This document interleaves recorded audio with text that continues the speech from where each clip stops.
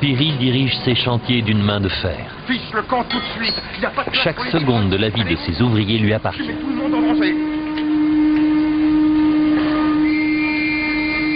La pause. Même les pauses aux toilettes sont chronométrées. Chaque ouvrier a le droit d'y passer au total 7 minutes par jour. C'est le règlement.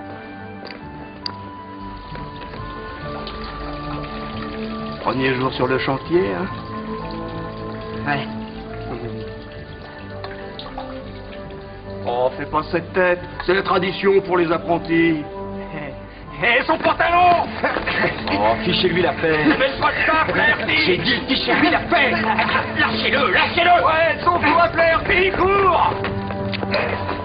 Qu'est-ce que vous faites de nous, vous les catholiques? Seul un ouvrier sur 8 est catholique. Vous êtes les plus forts. Hein. Allez, fous le camp. Crétin. Mais Lord Peary refuse tout sectarisme. Par-delà les différences, les amitiés se nouent entre les catholiques et les protestants, comme Tommy Millard.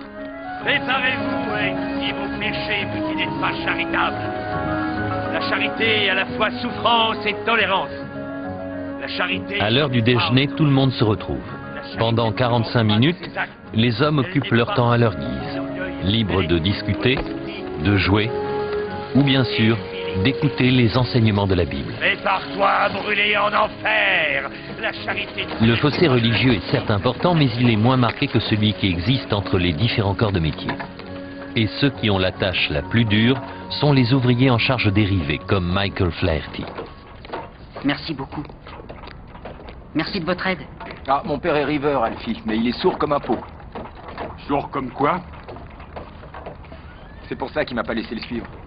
Il m'a inscrit comme charpentier menuisier. Un métier plus sûr, hein, monsieur Millard? Plus sûr? Si tu le dis, fiston. Mais vous avez pas eu la trouille d'envoyer ces gars au diable, même qu'ils sont protestants et tout ça? Toi, t'es protestant? Comme monsieur Millard? Faut avoir peur de vous? Non. Vivre et laisser vivre, voilà ce que je dis. Ouais. On est tous compatriotes. Même le patron. Par ici, messieurs. C'est lui, monsieur Peary? Lord Peary, pour nous autres. Il faut qu'il y ait quelque chose de bien important pour qu'il vienne sur le chantier. L'avènement des nouveaux paquebots exige des changements. Avant de construire ces navires gigantesques, Peary doit entièrement repenser son chantier naval. Nouvelle cale, nouveau portique.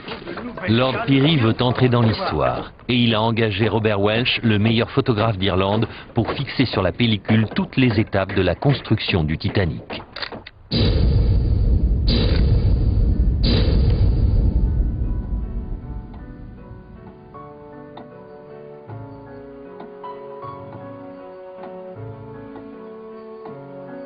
L'idée du Titanic a été lancée sur un gentleman's agreement, un accord non contractualisé.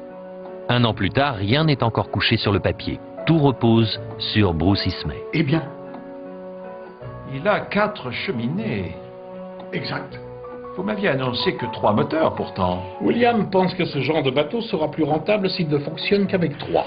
Et nous savons tous de surcroît que plus un navire a de cheminées, plus la clientèle a envie de voyager dessus. Kennard a conçu le Mauretania et le Lusitania avec 4. Nous avons songé que vous ne voudriez pas moins sur les vôtres. Donc, une des cheminées est un ornement. Correct, monsieur. Bien.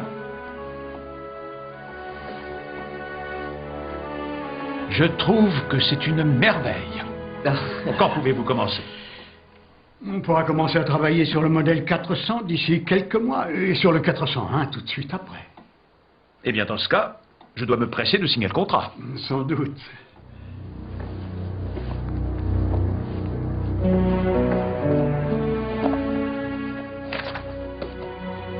Il leur faut un nom. On ne peut continuer à les appeler paquebot 400 et 401. Absolument. Et puisque le 400 inaugure une nouvelle catégorie, son nom ne peut être que l'Olympique. C'est d'accord. Et le deuxième? Je vous laisse le choix, Bruce. William, vous connaissez vos classiques. L'Olympe était le foyer des dieux grecs, c'est vrai. Mais que dire de leurs rivaux, les titans? Des géants, tous autant qu'ils sont. L'Olympique devrait avoir pour compère le Titanic. Bravo, excellent. Va pour le Titanic. Je pense qu'on n'a jamais donné de nom plus approprié que cela à des bateaux. L'Olympique et le Titanic. Conçu et baptisé avec toute l'arrogance du XXe siècle naissant. Aux yeux de Peary, ces paquebots géants doivent inaugurer une ère de prospérité illimitée. Rien ne pourra se mettre en travers de leur route.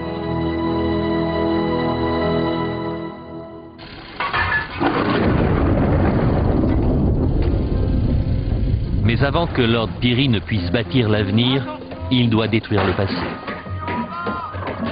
3 cales sont entièrement rasées pour faire place à 2 immenses ponts volants où l'Olympique et le Titanic seront installés.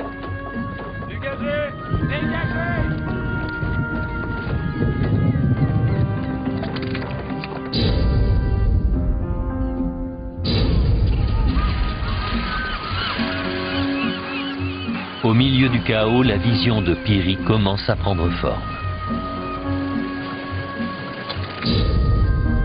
Ces vaisseaux monumentaux auront besoin d'un portique de construction sans précédent. Une complexe structure en acier suffisamment grande pour permettre aux 2 paquebots d'y entrer côte à côte. 70 mètres de haut, 250 mètres de long et 85 mètres de large. Le portique est une construction unique, imaginée par Harland & Wolff. Il faudra 2 ans pour l'achever, pour un montant de 100 000 livres, l'équivalent de 10 millions d'euros actuels. Au cœur du portique se trouve un système élaboré de grues mobiles, conçu pour accéder à chaque endroit du navire en contrebas. Lord Peary a promis de bâtir les plus grands bateaux que le monde ait jamais vus. Ces ingénieurs concepteurs sont chargés de les imaginer dans leurs moindres détails. Ils sont dirigés par Alexander Carlyle. Mais c'est Peary qui a le dernier mot. Pour lui, l'Olympique et le Titanic doivent confirmer la prédominance d'Harland & Wolff dans le monde de la construction navale.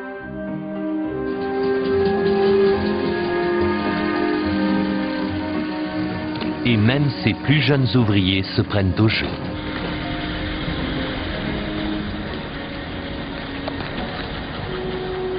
Tu en fais une tronche. C'est l'Olympique. Eh ben quoi, l'Olympique? Tu sais qu'on fixe sa quille demain? Ouais. On a été choisi pour aller les tançonner. Ouais, monsieur. Tu parles. Oh, tu te rends pas compte? Ce sera le bateau le plus connu du monde entier. Comme le Titanic. Et Monsieur Frost dit que notre équipe va poser les machines du Titanic. Mais l'Olympique sera le premier fini. Et après? C'est lui le modèle. Mes fesses. C'est lui qui compte. L'Olympique sera le paquebot dont on racontera les exploits. Ah ouais? Tu rêves.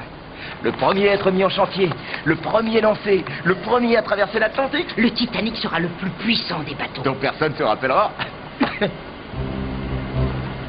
L'excitation est palpable sur le chantier.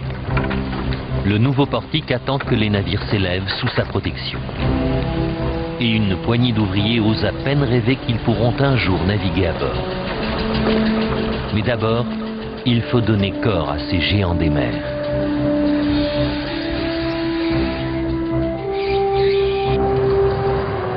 À peine 3 mois plus tard, la quille du Titanic est construite. C'est une gigantesque épine dorsale en acier qui soutiendra ses 269 mètres de longueur. La tôle de quille est à hauteur d'homme, donc facilement accessible pour les riveteuses de 7 tonnes suspendues au portique. Les blocs de bois placés dessous sont agencés avec soin, prêts pour la mise à flot finale. Pendant ce temps, la charpente en acier qui formera la cage thoracique du Titanic est en cours d'assemblage. Dans l'entrepôt de moulage, de la taille d'un terrain de football, des coupes transversales du navire sont dessinées à la craie, grandeur nature. Et les poutres en acier qui devront lui donner forme sont courbées pour leur correspondre. Un par un, les 300 éléments de l'armature de la coque sont mis en place.